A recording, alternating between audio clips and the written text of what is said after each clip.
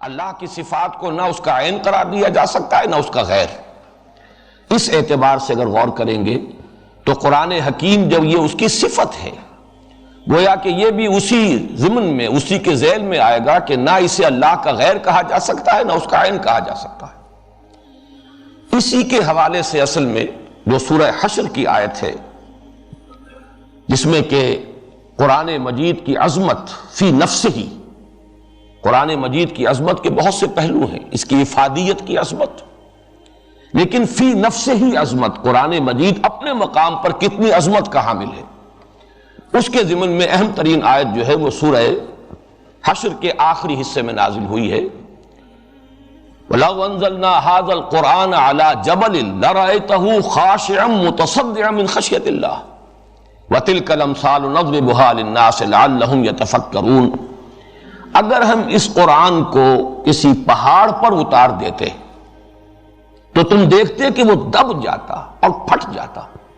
اللہ تعالیٰ کی خشیت، اللہ تعالیٰ کے خوف سے۔ اور یہ وہ مثالیں ہیں جو ہم لوگوں کے لیے بیان کرتے ہیں تاکہ وہ غور کریں، لعلہم یتفکرون۔ یہ جو تمثیل اس آیت مبارکہ میں وارد ہوئی ہے، اس کو سمجھا جا سکتا ہے سورہ اعراف میں جو اس کی آیت نمبر 143 میں واقعہ بیان ہوا ہے کہ حضرت موسیٰ علیہ السلام جب حاضر ہوئے ہیں اللہ تعالیٰ کے طلب کرنے پر کوہ طور پر، یہ وہی طلبی ہے کہ جس میں آپ کو، وہی حاضری جس میں کہ آپ کو تورات عطا کی گئی۔ اس وقت جب اللہ تعالیٰ نے مخاطبہ اور مکالمہ، اپنے مخاطبے اور مکالمے سے سرفراز فرمایا حضرت موسیٰ علیہ السلام کو، تو ان کی آتش شوق کچھ اور بھڑکی، ایک فرمائش کی، درخواست کی، رب ارنی انظر الیک، پروردگار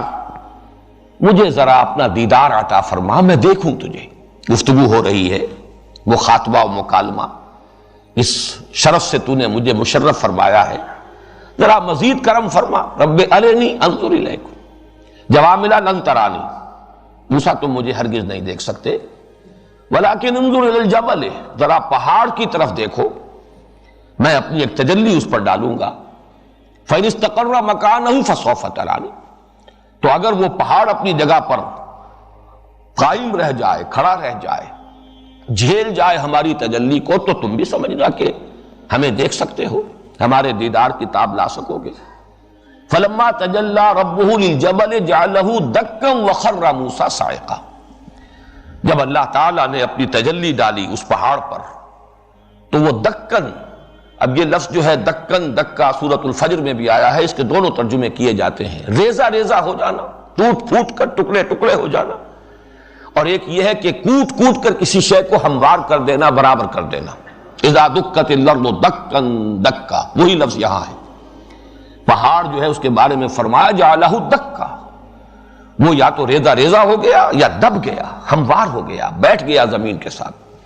اور حضرت موسیٰ علیہ السلام نے اللہ تعالیٰ کی جو یہ تجلی دیکھی، اور یہ بالواسطہ ہے، یہ تجلی براہ راست حضرت موسیٰ علیہ السلام پر نہیں ہے بلکہ پہاڑ پر ہے، اور حضرت موسیٰ اس کا نظارہ کر رہے ہیں بالواسطہ،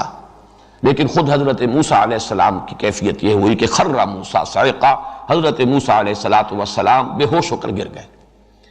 یہاں نوٹ کیجئے، اصل میں وہی جو میں ذات اور صفات کی بحث کر رہا ہوں،